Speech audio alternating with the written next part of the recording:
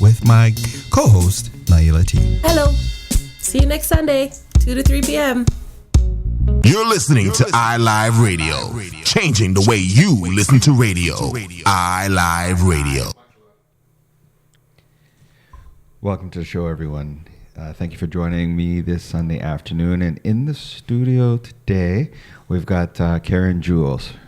Hi, Karen. Hi. How are you? Good, thank you. Welcome to the Patrick O'Moore Show. Just want to let everyone know if you have a comment or have a question for Karen or anything, you can link me on. You can find me anywhere. Patrick O'Moore Show on either on Facebook or Twitter, Instagram. Blah blah blah. Just send a message and I'll pick it up, and then we'll toss that out to Karen or Carlos when Carlos does get in the building. Karen. Yes. You've got an event that's coming up, and we want to talk a little bit about that, and also want to talk about your music, your style, your sound, and with going through some of the information, you talked a lot about your faith. You talked a lot about some of the challenges that you've gone through in your life, and how that's played out in your music. So we got a lot of stuff we got to cram in here. There's a lot, yes. So I want to start off with, you're an actress, you're a singer, like you got you're a mother, you got your hands full. Yes. Now, yes. How do you balance all of this stuff? You're growing a child, and then you got to get on tour, and you got to go singing, and you got to get on set and do all this stuff. Like, how do you do that? It gets quite difficult. Mm-hmm. But I guess when you're passionate enough, you find a way to just make it work.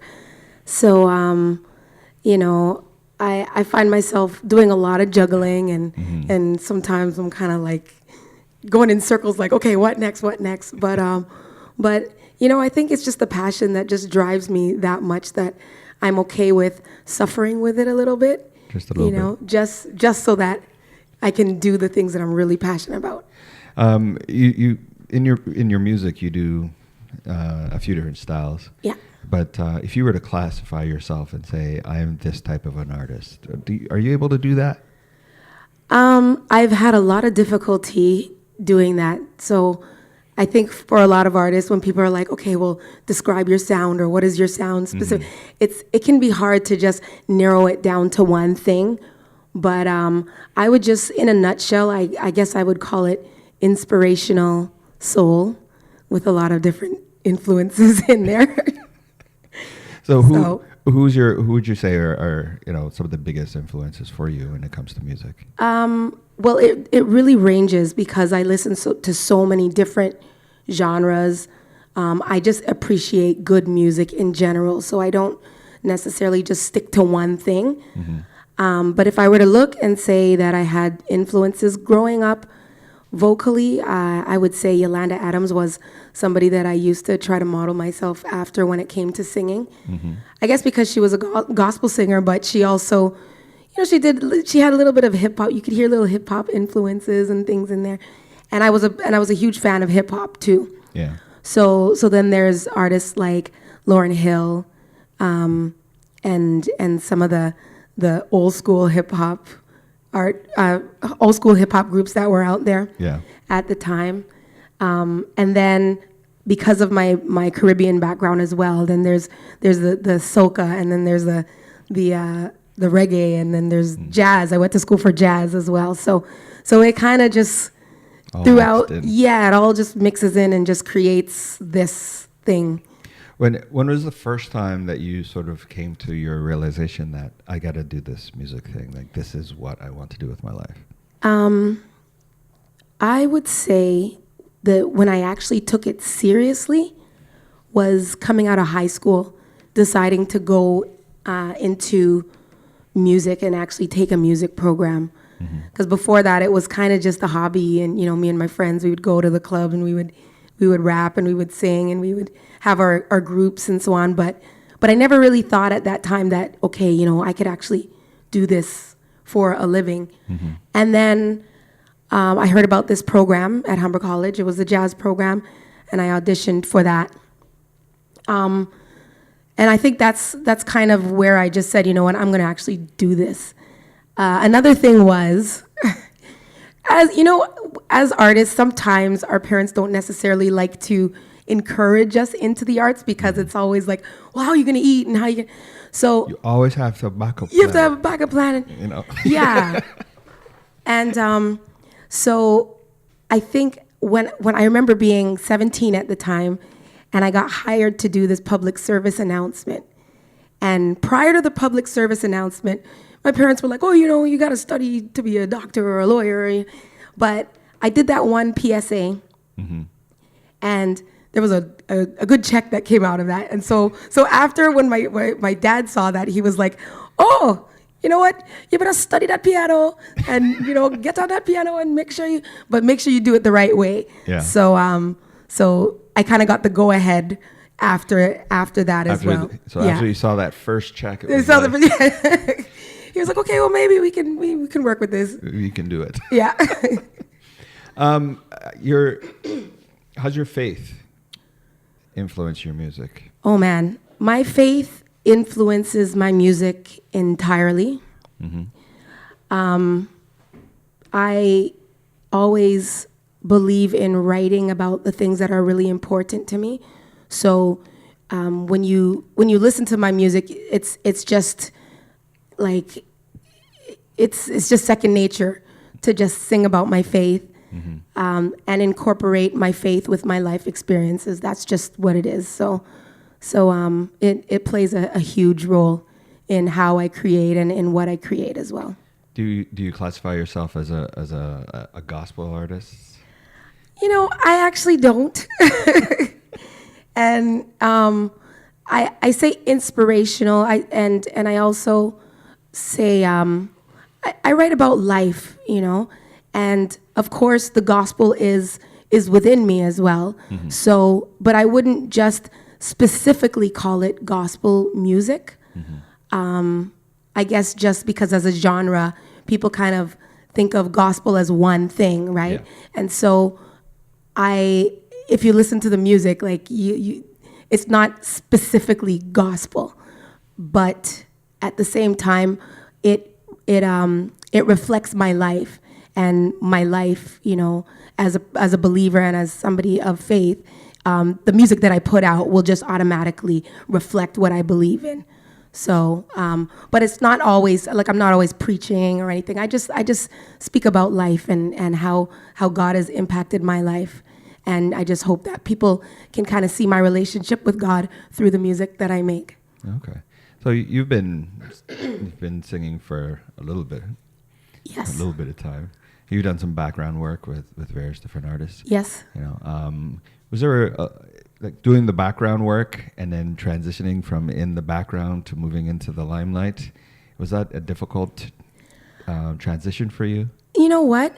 It's kind of funny, but I would say that it was sort of the other way around. I always was more of a solo singer. And so I was pushing the solo thing mostly. And when you're a singer, these opportunities come up to sing background. So the background is kind of like a secondary thing. Okay. It's kind of you know, I'll do some backgrounds here and some backgrounds there. It's always good because there's like you learn a lot by doing the backgrounds. But for me, it was kind of, it wasn't a transition from being a background to the forefront. It was more of always kind of finding, I was always just an individual as a musician and as a singer. I just, you know, I would always just perform solos, you know, kind of everywhere I went. And so, but yeah, it started like that. It started in the front and then kind of moving to doing the backup stuff as well. So you spent a lot of your time singing in church. Yes. Okay, so a lot of times when you talk to various different artists, they're all like, you know, I started in church. My dad was a pastor, or you know, I was in the choir. Yeah. And that's where they sort of hone their skills in a way. Was that the process for you, like starting off in choirs, or no? No. I started off. My first actual performance was probably. It was I think once when I was in high school, And then the other was in the club.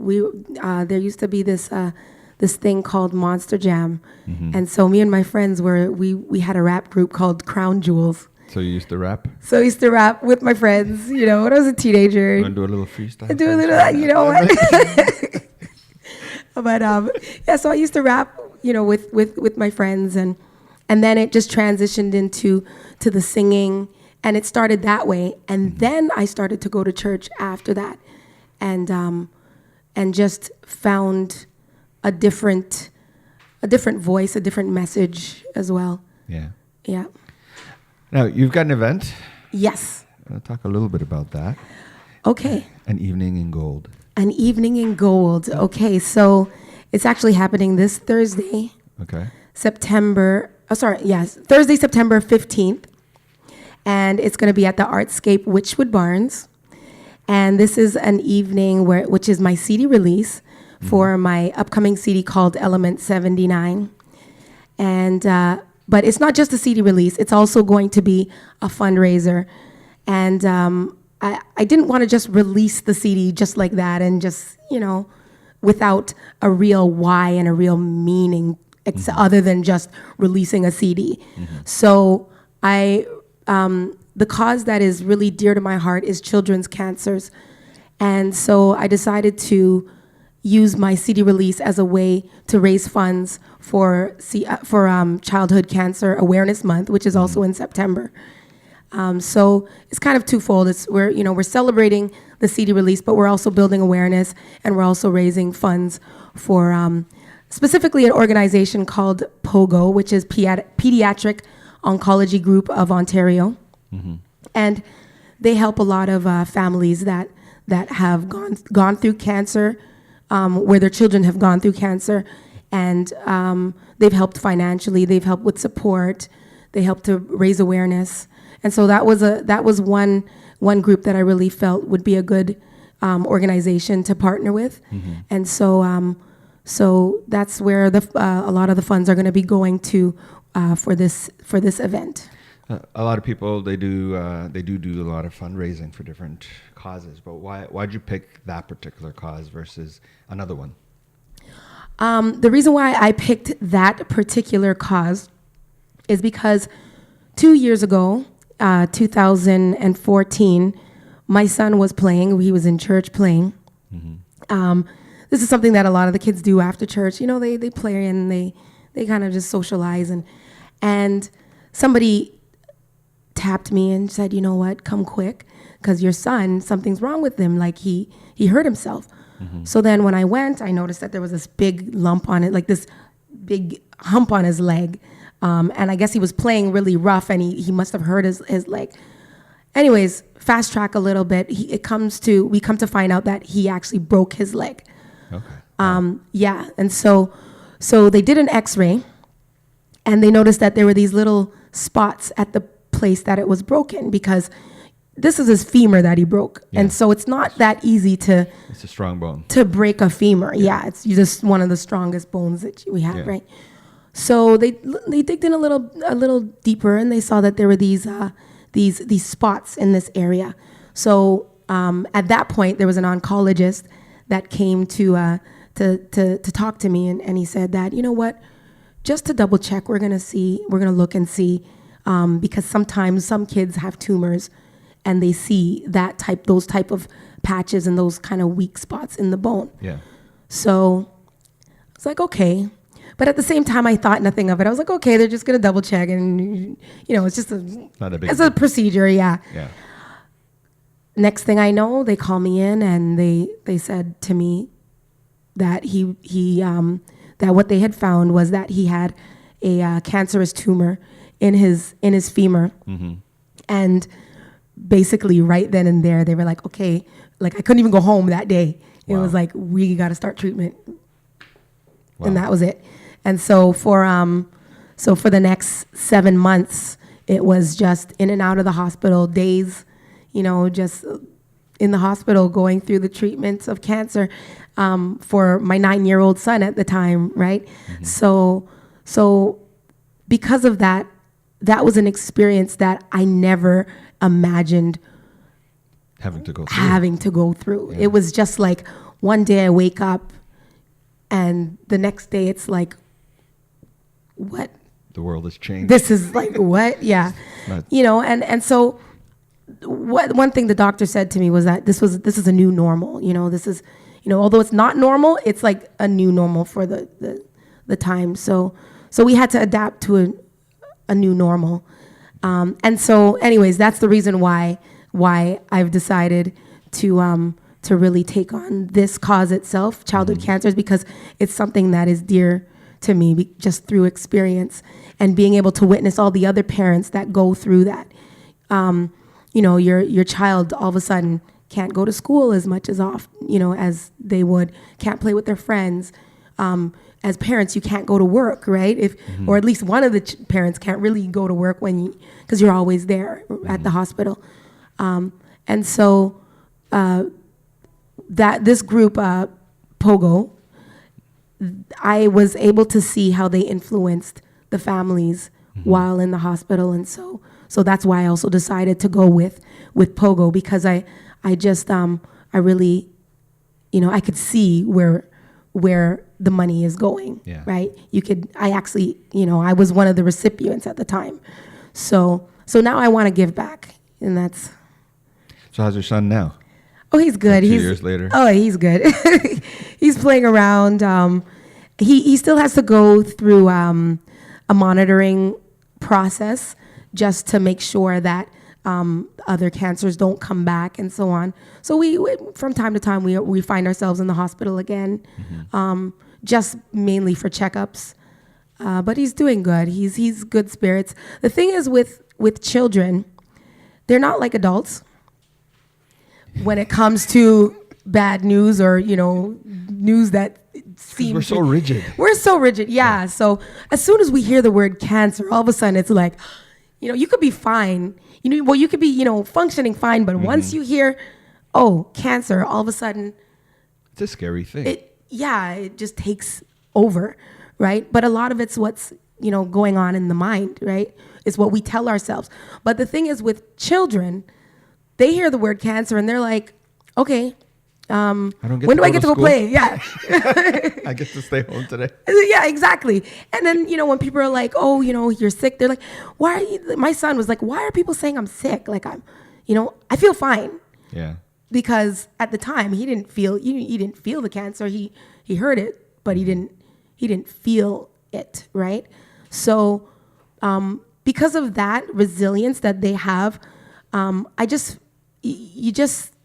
you realize how strong they are. You just realize that, wow. And it's a lesson to us that the way that sometimes we need to look at life through the eyes of a child, right? And kind of get back to that place where things are positive. Like not every news that is bad or sounds bad has to be bad, So. Has the experience that you went through for the last 2 years, and I guess putting your album together in and around the same time, how did that influence you, or did it influence you? It did, because right before the diagnosis, I had the go-ahead to get this album going.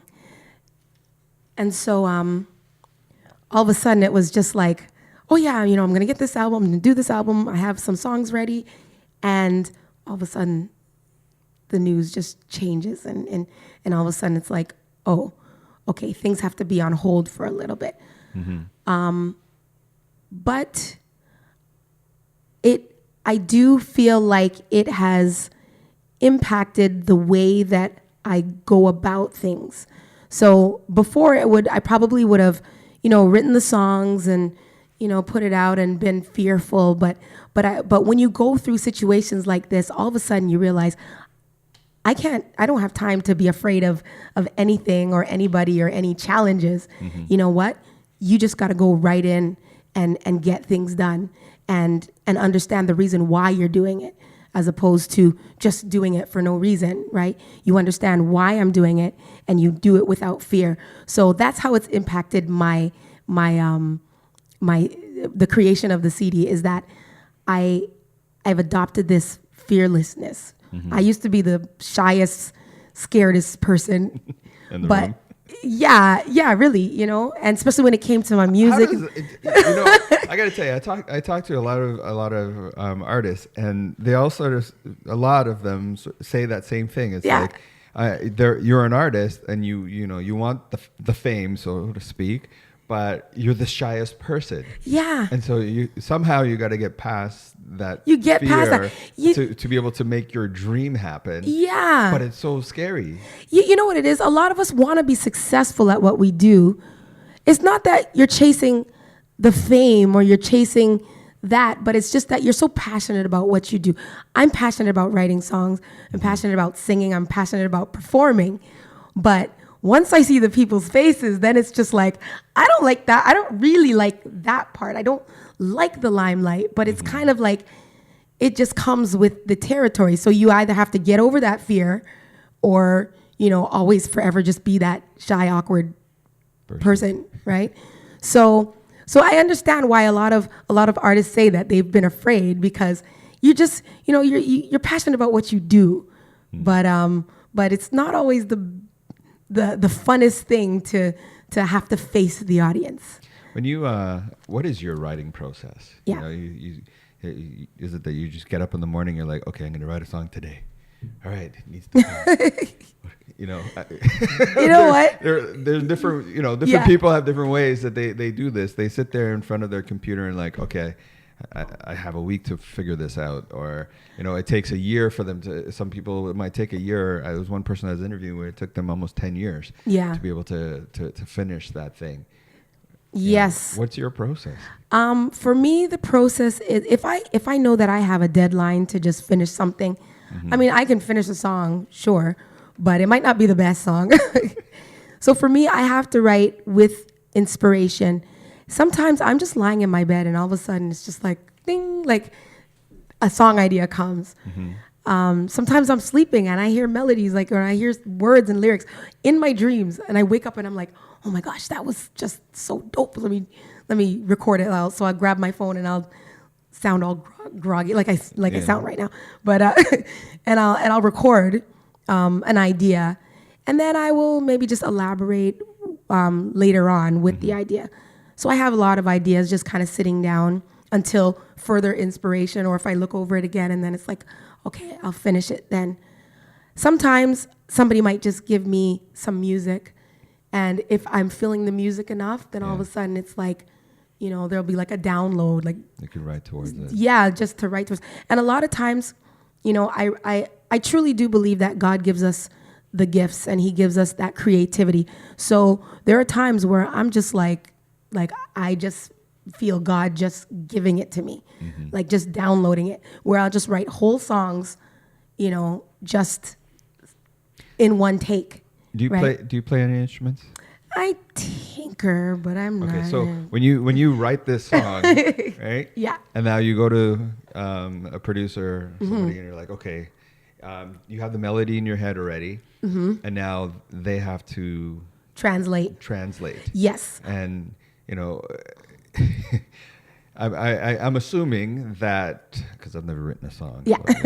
But I'm assuming that going from what's in your head and getting someone else to be able to figure that out. Yes. And play that is not an easy feat. No, it's not. And so what I do,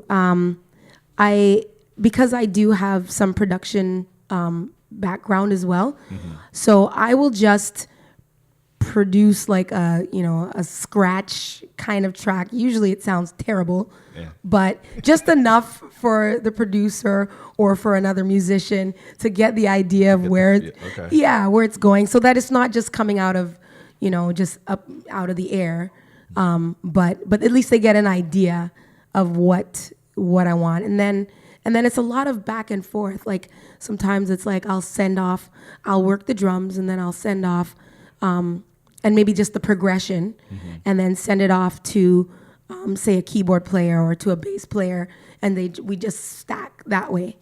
And then, and so, there's different ways of doing it, but I find that that's the way that's worked the most for me. How do you know when it's done? So you write the song. Yes. And, being a writer, when you go back and you're rereading something, it's like, oh, let me tweak this. This might sound like this. Let me tweak that. It'll flow a little bit better. Let me tweak this. Let me tweak this. Yeah. Let me tweak. And it almost feels like it's never done. It's never done. So how do you, like, for you, you know, how do you know when, okay, that's it. I'm done. I've had enough. I'm not touching it again. You know, is it somebody, when the producer looks at you and tells you back off? No, You know? no, because most producers, they know that I'm just not going to back off. But for me, it's, I just listen to it over and over and over and over again. And I just have to feel like I love it. Mm-hmm. And so there's certain mistakes that you just can't live with, and there's certain mistakes that you live with. So because I know that it's never really done, I have to be able to just look at it as, can I live with this? If I hear a little something that it's just like, okay, you know, I was like, is it something I can live with? Like, yes, I can live with it. Okay, you know. So I think that's basically for me. You know, I just have to be able to listen to it. And the other thing that I do is I try to listen to it as though it wasn't me listening to it. Because as artists, sometimes we just love our stuff, right? We just, sometimes we can get into that bad habit where it's just like, we just love it. It just sounds Of course great. it's great. I did it's it. like, yeah, exactly. Well, that's My my mom voice. told me and it's good. Yeah, exactly. And all So- my friends said it's amazing. Everybody, What is wrong yeah, with you? exactly. So I have to listen to it, and I'm like, okay, if I wasn't Karen, would I like this? Would I like this? And usually I'm like, yes, I would like this. Like, who wouldn't like this? So I kind of got to be at that spot. And then it's done. Then I'm like, okay, it's ready. I think we have a track. Oh, were you able to send it off? Oh, you didn't get a chance. Okay, so while you figure that out, Okay. we'll keep talking. Okay. Okay, so figuring out when it's done, when it's finished, when to let go of that baby and let it loose into the atmosphere is no easy task. But then when you are standing on stage and you're singing your song and you see the impact on your audience, you know, what's that feeling like? That feeling is it's one of those moments where it's like, okay, this is one of the reasons why I do this is because once you realize the kind of joy and the comfort that music brings other people, you know, that feeling is just like, it's, some people get addicted to that. Like I can understand why, you know, some artists, they can't get enough of it. Like it's just, you know, that's what they, for me, if I know that it's impacting their life for the good, positively, then yeah, that it's priceless, you know, because, you know, even to have somebody approach you and say, you know what, I was going through something and I listened to this song and, you know, it really just helped me through this situation. That's the reason why I write, is because, you know, I write to comfort myself and also to comfort others. So I know already most of the songs, I don't put it out unless it actually speaks to me, right? If it doesn't impact me in any way, then it's kind of like, why would I put it out, right? So once I see that the song is doing its job and you know, that it's a great feeling. It really is. So for those who may have just joined us, I'm talking with Karen Jules. We're talking about an event that she's having next week. It's called An Evening in Gold. Karen, where can people buy tickets, or how do they get in contact with you about this event? My website is the best place to find tickets, which is www.karenjulesmusic.com.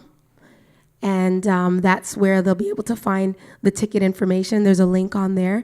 And then if you want more information even about me and different things that are happening, you can go to that website and find everything. They can get the information on that. Yes. You know, I got to ask this question because one of the reasons as to why iLive is in its existence is because, when we talk about the state of the music industry currently, there's so many songs that they kind of sound the same, and it seems like the industry, the labels are kind of just pushing a certain sound. Yes. And the diversity, the musical diversity that used to exist in the radio, whether it was rap or hip hop or reggae or rock or country, there used to be a point in time wherein you kind of get a little bit of a mix throughout almost any radio station you'd listen to. You get somewhat of a mix. Mm-hmm. And we used to be so influenced by our least favorite song on the radio, just as much as our favorite song on the radio. But today, everything seems to be a carbon copy. As an artist, as a musician, who's you're writing things that speak to you, mm-hmm. and you're putting it out. How do you cut through the establishment or all the noise mm-hmm. that's out there to be able to get people to feel what it is you're trying to get them to feel? Because from what it sounds more like you put your experience in this because you want to touch somebody. Yes. As opposed to just, you're doing this for a couple bucks.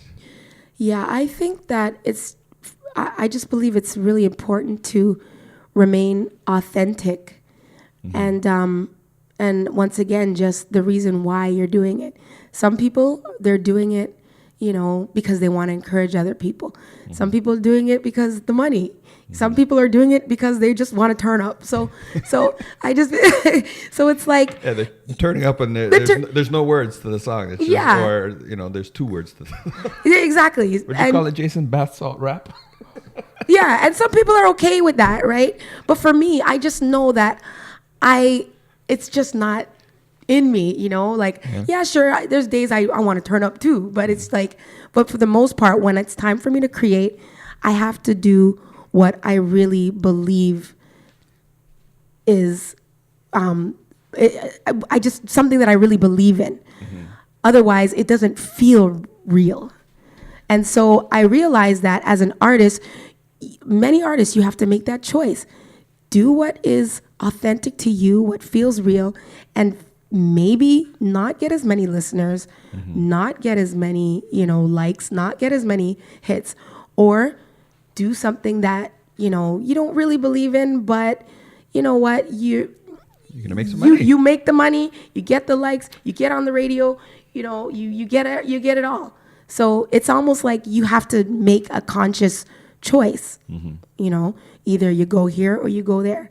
And even though I might not get the quantity of listeners, there's a quality mm-hmm. with the small group that does appreciate what it is that I do.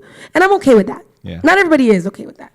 So you're no plans to do a mumble rap anytime soon? I don't know. Things get really hard, maybe. I don't know. It gets really hard. Yeah. Okay, so your first release, I believe, was in 2008. Yes. You had an EP, and then in 2012, you dropped an album. Yes. And then and now this new album that's going to be coming out. When is the release for that? It's that night, right? The 15th. Yes, on the 15th is the release. So how have you grown as an artist between from 2008 until now? Well, there has just been so many life changes from the first time I put that album out mm-hmm. to the second and the third. Yeah. So the first time I put the album out, I was recently, I think, divorced or separated. Mm-hmm. And so it was coming from a certain, just like a Mary J. Blige story. Yeah, here, you know what? Yeah, honestly, you go through things, you go through life, but it is what it is. You just learn to just keep going, and that's just you have an outlet. Like for me, I have an outlet. My outlet is music. Yeah. So, and I think at that time I didn't know anything. I just was just like, you know what? I'm going to record something and put it out. I'm going to do a thing. I need to do a thing. I didn't even know too much about mixing and mastering or anything like that. So like you listen to the quality of the first one, you'd be like, it was still good. Yes. The songs were good, but I didn't know anything. Yeah. Second time around, I made mistakes, but I didn't do the same mistakes as but still there were mistakes, and you just keep growing. So I look at it as a process where I'm growing, and my audience is able to see the growth. Okay. Yeah. I'm told that Carlos Morgan he's in the building.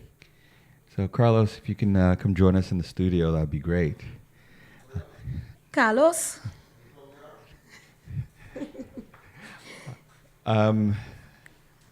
Carlos, Hey. come on in, sir. Good.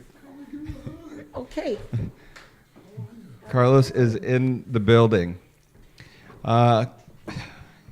Award-winning artist. Yep, you got to use the mic there. Welcome to the show. Thank you. Thanks for having me. I'm sorry I'm late. I was doing a video, recording a video that I'm going to do a Kickstarter campaign for. I'll be letting everybody know what it's about in a little while for a single that's going to be on my new album coming out. Nice.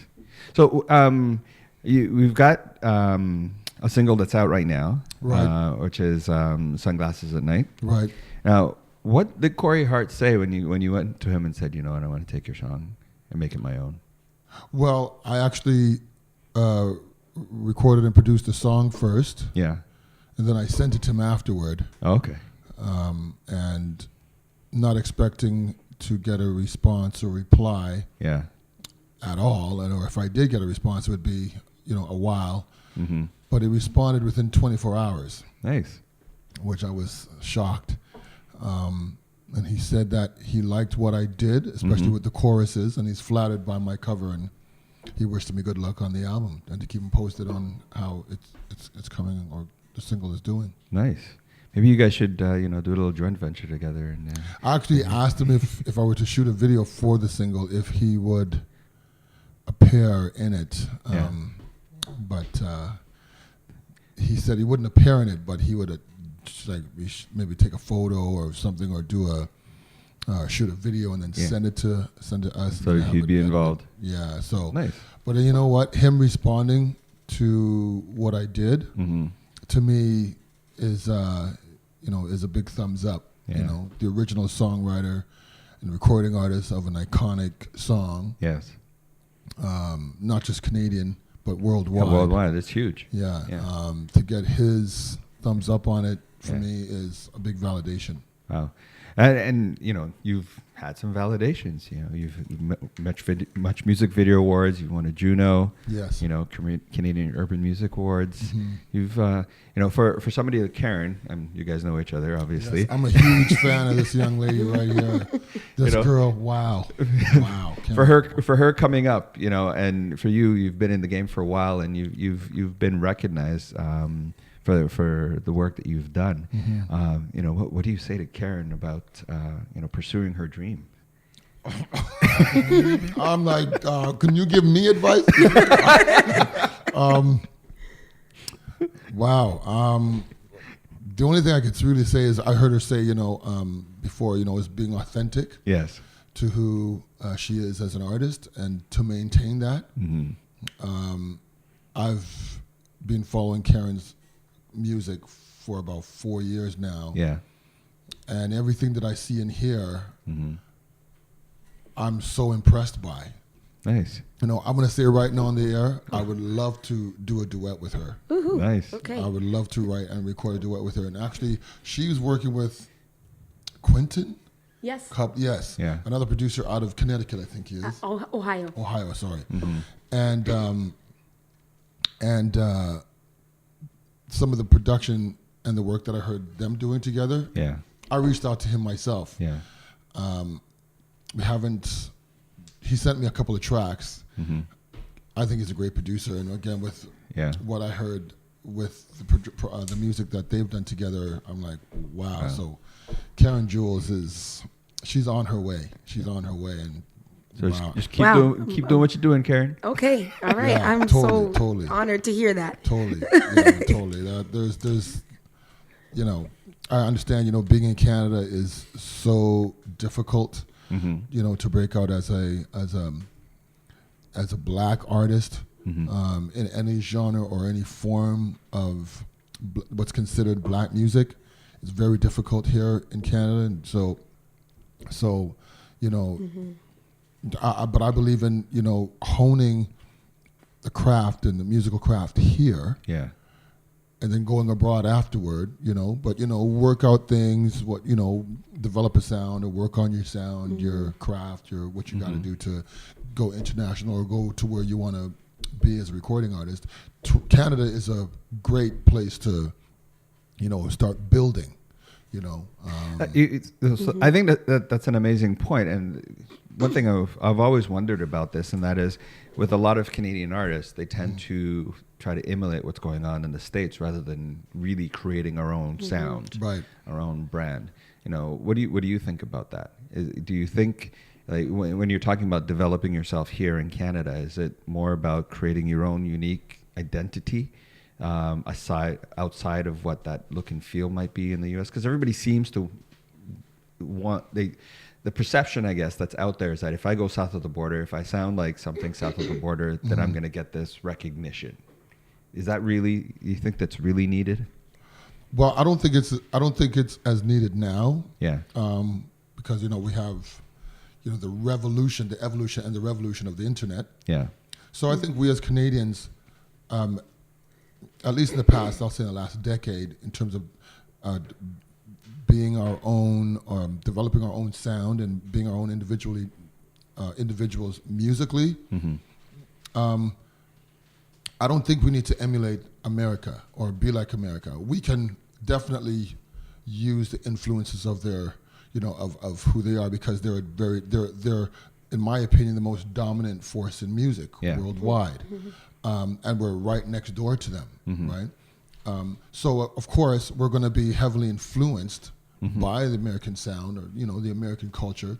But I think what we have here in Canada that I don't know if it's as strong in America is diversity that we have here in Canada. Yeah. You know, we have every nation living, well, in Toronto. Yeah. You know, yeah. Every nation around the world lives in this city, you know.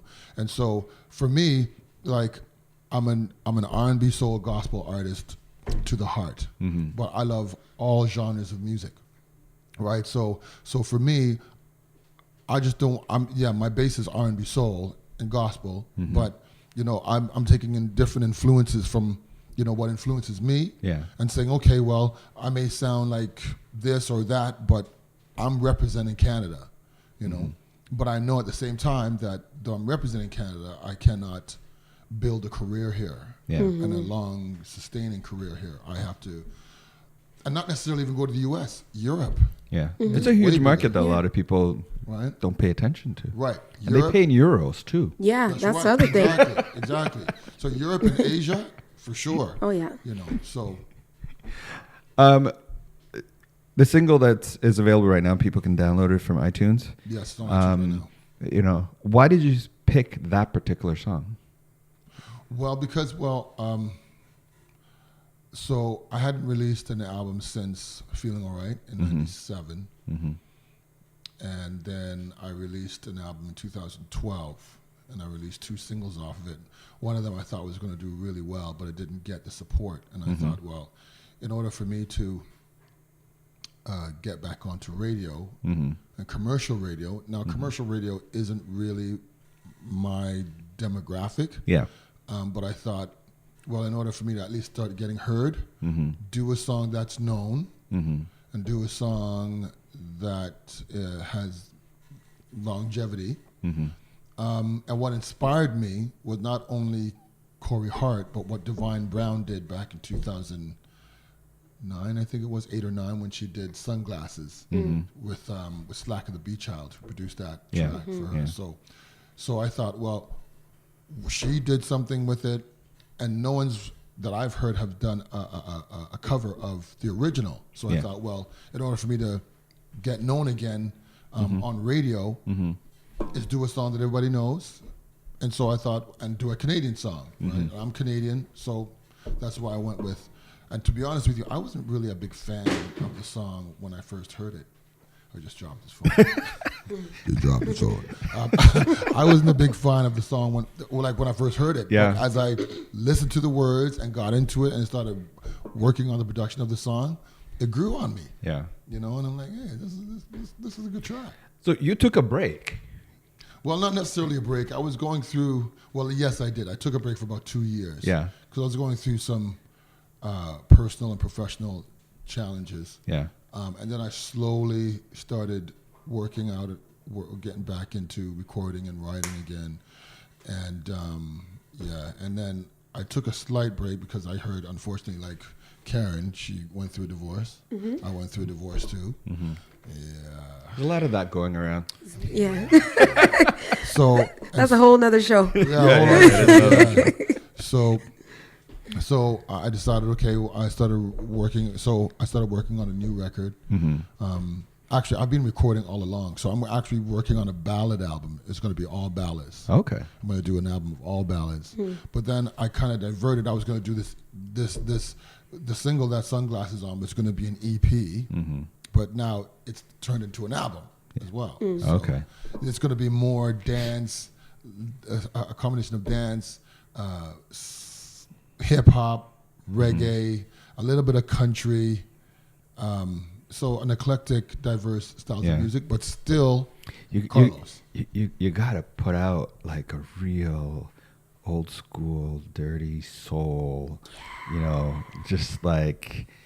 You know what I'm talking about? Like, and that's the thing. I think it's so missing, in today's society is like, you know, and you've got that amazing voice to be able to pull that off. Yeah. You know, that, you know, maybe making you Yes. know, just the feel that you when you hear the words of those songs and it's not about. Like today, it's all about the hype, you know. It's all about. You're like, what the heck did he just say? I don't know, but the beat's nice. Yeah, you know? exactly. But like the true essence of the vocal. Yeah. You know what I mean? And it's got a nice rhythm, a nice beat to it, but it's about the feeling that the words create, and you know, we need more kids in Canada. Yeah, do we really? Yeah, we do. Yeah, do we really? Because the old people are going to be outnumbering the younger people. You got to do your part, Carlos. Well, you know what? Actually, I wrote a song. Called "Real Lovers Do." Yeah. And I wrote it inspired by Barry White, Teddy Pendergrass, and Marvin Gaye. Yeah. And there's a friend of mine who used to live here, but he's now living in BC. His name is Osmond Bramble. Do you know Osmond?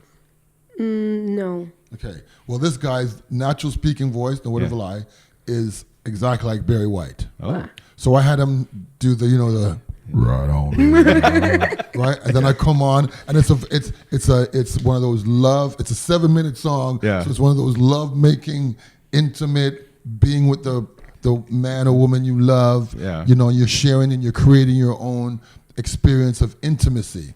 That's going to be on the ballad record. Girl, Okay. I'll be like, dude, just put the record on and you go to work. Yeah. Get your Red Bull. Yeah, that's right. yeah. So but I'm writing a song on this album, and it's again, it's grown and sexy, very mature, and the song is called "Touching It." Right, it's going to have that soul trap beat to it. Yeah. But lyrically, it's going to be mature. It's going to be clean. You know. So And that's something that I think is also really, you know, old school tunes. When you listen to the words, you know what they're talking about. Right. You know, and it obviously is very clear. It's grown, sexy, right? Right. But music today, it's almost like it's, dare I say, raw. It's gotta shock. Right, You know, It's gotta be shocking now. compared to Yeah. you know, there was a certain level of intimacy or sensualness, Right. to it, right? That Yeah. feel that today's artists is like it's almost like a tweet. Yeah. It's like, did I'm waiting he for just somebody say to be that? singing Like, about yeah. Netflix and chill, you know. Yeah. I'm waiting because it's shifted away from the art. Totally. And you know, I can't wait to hear this album when it comes out, because we need that, you know, that real that soul, good that feel, Good that feeling, soul, man. where Good you feeling. can hear, you know, you listen to some Otis Reddings and you could feel this man's pain. Yes. You know, yes. you Yeah. could feel his love for that woman. You know, Yeah. Marvin Gaye. You could, Yeah. You could feel it. feel it, right? Yeah. Some Luther. Yeah, Yeah. Luther. Feel it. Yeah. It's not like today. It's just the beat and we're gonna do a Yeah. ting and Yeah, guana. yeah, You know, exactly. you can. Anyways, I'm ranting here. It's so true. It's so true. And we listen to Barry White talk. It's like, oh man.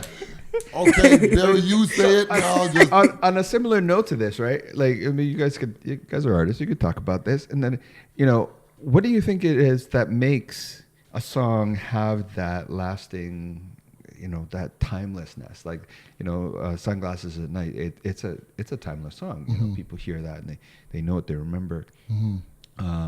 But you know, you look at a Prince, you know, some of Michael Jackson's stuff, Prince, you know, yeah. Luther Vandross, you know, Isley Brothers, you know, there's so many people you can look back today, and you hear, when you hear that, you're like, man, you know, and it's got that timelessness to it. You know, as artists, when you're creating when you're working and you're creating and you're making your craft, you know, what do you think it is that gives artists like that longevity in those songs?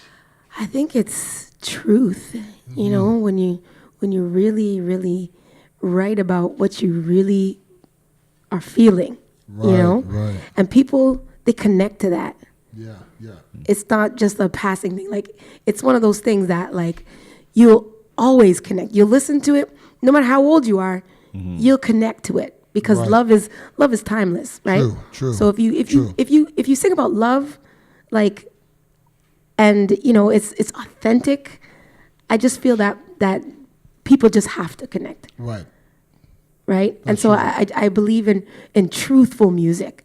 That's why when I listen to Prince, I'm just like, yeah, like, he's singing about his reality, you know, and you feel that. Yeah. Totally Yeah. feel it. Yeah. And again, it's the words. It's Yes. how they phrase the phrasing, the delivery, the music they set around Musicality. it, the musicality. Yeah. It not only tells a story lyrically, but you can actually envision Yes. What's you know going what I'm on. saying? What's Yeah. going on? You Yeah. know what I'm saying? One of my favorite songs by Luther Vandross is from his Other Side of the World album. It's the last song on that album. Sorry, The Night I Fell in Love record. And the name of the song is called Other Side of the World. It's the very last song on that record. And man, every time I put that song on, I feel like I'm taken to another completely different time, Yeah. space, the feeling, the thoughts, the visions I see, the emotions I feel, and the way he sings it. I used to play that song over and again. over and over. And every time I play that record, I still play that album. That album came out in 1985. Yeah. I still play that whole record from top to bottom. You know, The Night I Fell in Love, Till My Baby Comes Home, If Only for One Night, It's Over Now, Wait for Love. And then you get to that song, The Other Side of the World. It's just like, Lord have mercy. But his whole catalog. Yeah. You know what I'm saying? You just put Luther on, or you put Marvin on. You put Teddy on. You put Barry on. You put Donnie on. Michael, Prince, you know, Gladys Knight. Just so many. And you just, the feelings, the visions, the whole thing. Nowadays, it's like you said, it's just the beat. You ask most people, what do you like? The beat. Yeah. But what about the words? Okay, and then, Like, I don't you know what the words are. Yeah. I just feel the beat, you know. And then when they get the words, does the words, are they really thinking about and feeling what the words are saying? No. You know? Yeah. And that's what I find with this generation, you know. Yeah. Yeah. Yeah. I agree. Well, It's obvious a lot of this generation, anyways, the music, and maybe I don't know. Maybe did our parents kind of look at us and say the same sort of thing when we were listening to stuff? They were kind of like, I don't know what those kids are listening to. I know Did we turn into our parents? When I was listening to rap, my dad used to be like, "This rap is ruining the music." Right. Yeah. To him, it was like, "What is this rap thing? This you rapping? You better rap your books." Like, it was ruining it. Yeah. But now when I look at rap then and I look at rap now, I'm like, what are these guys doing to this, to what They need to call it something else. They got to call it something, Totally. So, Mumble rap. Yeah. So I think every generation goes through the same thing. That's true, too. That's true, too. Kids always want to do stuff that their parents they don't like. That's true. You know what I mean? It's one of those 20 things. Years from now. 20 years from now, like I was reading an article. Jason, how much time we got? I think we're almost out of time. How are we doing? We got 2 minutes. So, I was reading this article and was saying that older music is outselling new music. Mm-hmm. Right. And I think that's telling in itself. Yeah. And so, like I said, man, you gotta bring that old school. I'm gonna bring something. Yeah, I'm gonna bring something. Do a thing with Karen and Yeah. Fun. Well, what I'd love to do. I've been wanting to do, and I'm gonna put it out there right now. Maybe this is something you heard it here first on iLive Radio. I've been wanting to do a duet album. Yeah. Like redoing a lot of the classic duet songs. Yeah. I don't really hear a lot of them anymore being either played and or performed. Yeah. A lot of the classic duet songs, stuff from the SOS band. One of the songs I want to cover is that song by Frederick, Gently Calling Your Name. Mm-hmm. Yeah, Gently Calling Your Name. You know that song? It goes, I'm in a daze, I'm so confused, since you have stopped running. Man, that song is bad. That song came out in 1985, but like, girl, what? Man, so there's so many classic duet songs. Atlantic Star, like If Your Heart Isn't In It, Secret Lovers. Then you got SOS Band. Yeah. Yes. So many classic. So many. Okay, I wish we had more time. But we're like almost out of time. Yeah. Carlos, I want to thank you for thank you for dropping in. Thank you. People can get your latest single on iTunes. iTunes, yes. And when's the album coming out? Is there a date yet? It's now being pushed back to March because now I got some work to do. But people can check me out on CarlosMorganMusic.com, Facebook Carlos.Morgan.562, Twitter. Carlos Morgan. My Instagram is Carlos Morgan Music. And I only got one picture up because I just started. So there you go. More coming. Karen, next Thursday, September 15th. Is the drop of your album. Where? Yes. And, at Artscape Witchwood Barnes. Okay, I'm going to be there. All right. And people who want to reach you, just Karen Jules. Music.com. Perfect. Thank you, everyone, for joining us next week. Enjoy the rest of your Sunday. Yeah. The best internet radio station around. iLive Radio, the new social network. I said that I love you so, and I mean it so. From the bottom of my heart, I'm telling you to play. Baby, I saw that something in your eyes. Comes to no surprise that you turn me oh so giddy. What's up, people? This is Omar, and you're listening to iLive Radio, changing the way you listen to radio. Rare groove, revival, slow jams, upfront, old school. The best music around in stereo sound. Music back to back to back. iLive Radio. How you doing? What's good? It's Nkechi the Lyrical, sitting in my zone here, vibing and listening to iLive. And if you don't know, get to know. And if you do know, you don't know. And if you know, then relax and enjoy the ride. Vibes and Vinyl is here every Friday live at 8 p.m. on iLiveRadio.com. Formerly of Toronto's FM radio airwaves, DJs Gene King and Ray Prasad are in the house once again to continue their tradition, promoting great house music to the world. You will hear exclusive releases and sometimes traveling back in time via some of the best disco, soul, funk, and house. So keep it locked and enjoy the ride. DJs Gene King and Ray Prasad that have provided their listeners since 1996. Vibes and vinyl in your face. Hey, what's going on, everybody in cyberspace? This is the Groove Show with your boy, the crowd pleaser, DJ Mark Anthony. Don't forget, each and every Saturday afternoon from 4 to 6 p.m., we want to put you in the mood for whatever the night has in store. I'm playing only the best feel-good, party rocking, body-shaking music from funk to soul to reggae to R&B, house to salsa, and much, much more. We call it The Groove each and every Saturday from 4 to 6 p.m. Keep it locked. It's the crowd pleaser, baby. You know how we do. We'll see you on the air. Peace. Peace. Peace.